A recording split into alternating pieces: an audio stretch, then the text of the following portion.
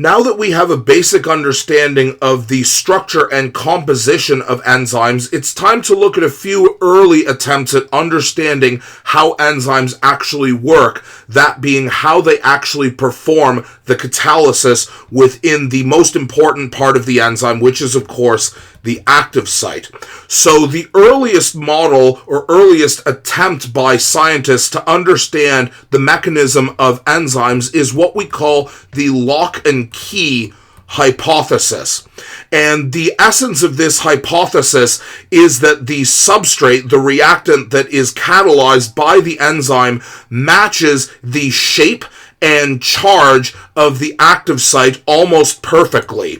Now, in terms of how this happens, we can see that the substrate and enzyme's active site almost have perfectly complementing shapes, but this also extends to something that we call charge complementarity. For example, if our substrate has positive charges located here, although these could easily be negative charges or really any combination of polarity and charge, we would expect the matching locations in the active site would have a complementary charge, in this case negative charge, so that the locations in the active site could attract directly to the locations on the substrate in order to bring it in or guide it properly into the opening of the active site. Another possible example is if this section here were non-polar, if it were entirely made of hydrocarbons, for example, we would expect the complementary location in the active site to be non-polar as well, so that instead of using an ionic positive and negative interaction, the interaction that this section would use would be based on dispersion forces, again complementing the equivalent location on the substrate. Now, due to this charge complementarity and the fact that the shape, according to the lock and key hypothesis anyway, matches the active site relatively perfectly, eventually the enzyme and substrate will end up together where they actually form temporary covalent bonds. So I'm drawing these in dotted lines to show that these interactions are temporary because they are inherently unstable. And this structure that we form is what we call the enzyme substrate complex, implying that the two are at least temporarily covalently bonded and exist as a single molecule. Now, the analog in chemistry outside of biological contexts is a structure that we call an activated complex, which forms whenever you get all of the reactants that collide with each other together, creating a temporary unstable structure that is eventually going to break apart. And that's exactly what we see with the enzyme substrate complex as well.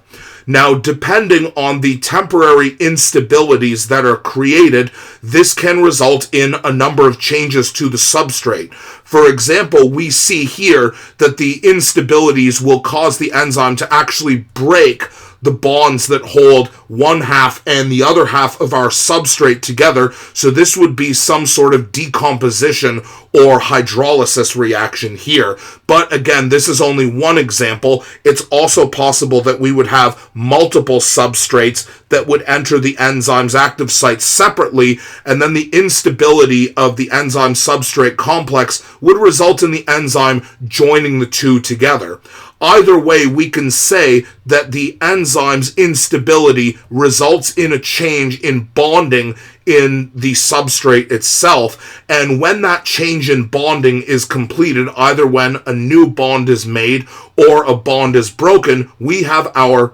product molecules, which are then released from the enzyme's active site, allowing the enzyme to be completely reused. So this is in reference to one of the definitions of a catalyst. Remember that a catalyst is neither technically a reactant nor a product, which means that it isn't consumed by the reaction, and as soon as the products are out, the enzyme can go back to the way that it was before and perform a second catalysis, effectively able to be reused indefinitely as long as it doesn't break.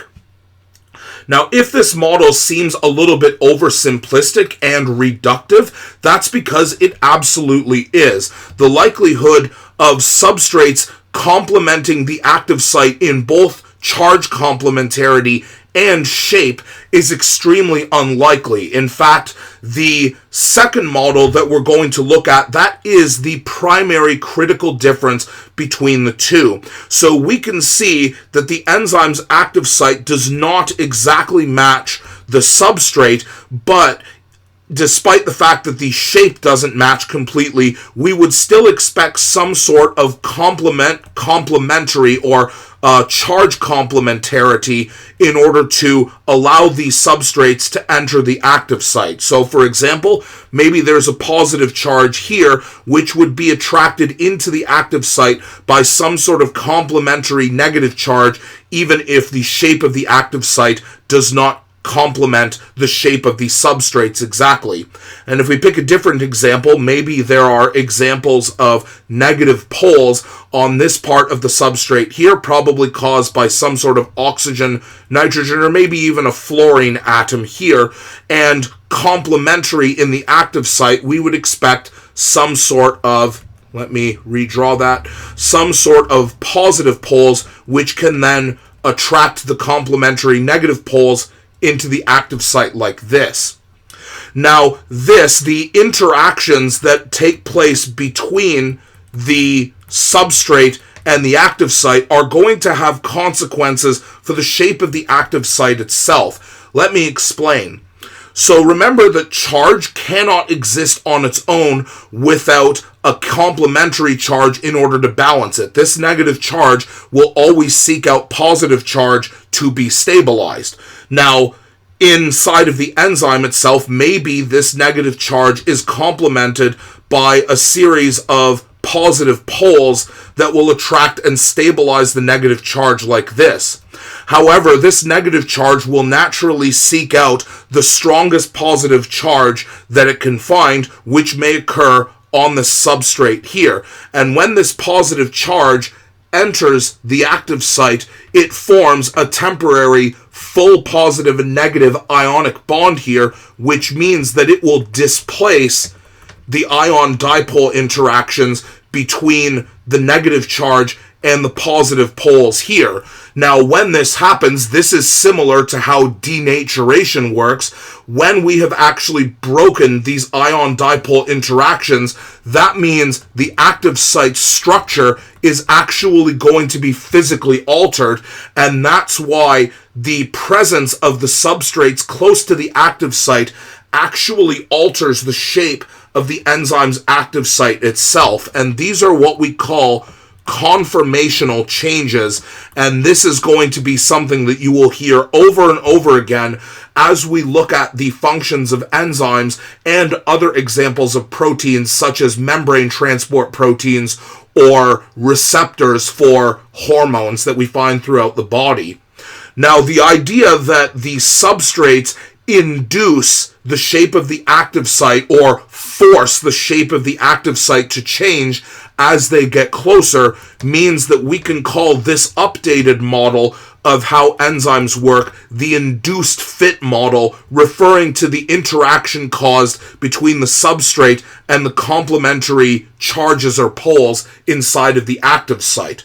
The good news is, in terms of compare and contrast between induced fit and lock and key, is that the latter half of the induced fit mechanism is basically identical. We have the temporary bonding of the enzyme's active site to one or both of these substrate molecules that we have here, which means, like the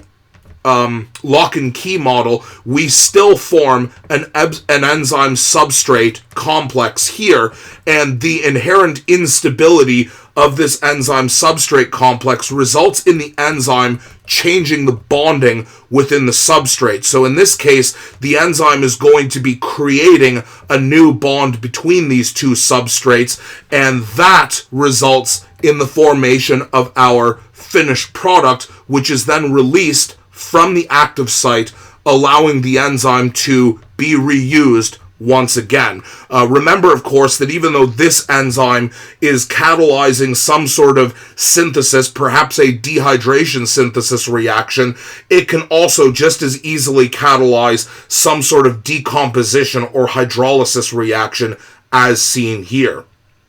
So in short, the lock and key hypothesis represents the earliest model that generally got a lot of things right in terms of the progression, but oversimplified the details about the interactions between the active site and the substrate, hence why the induced fit model is much more accurate for our understanding of enzymes in modern times.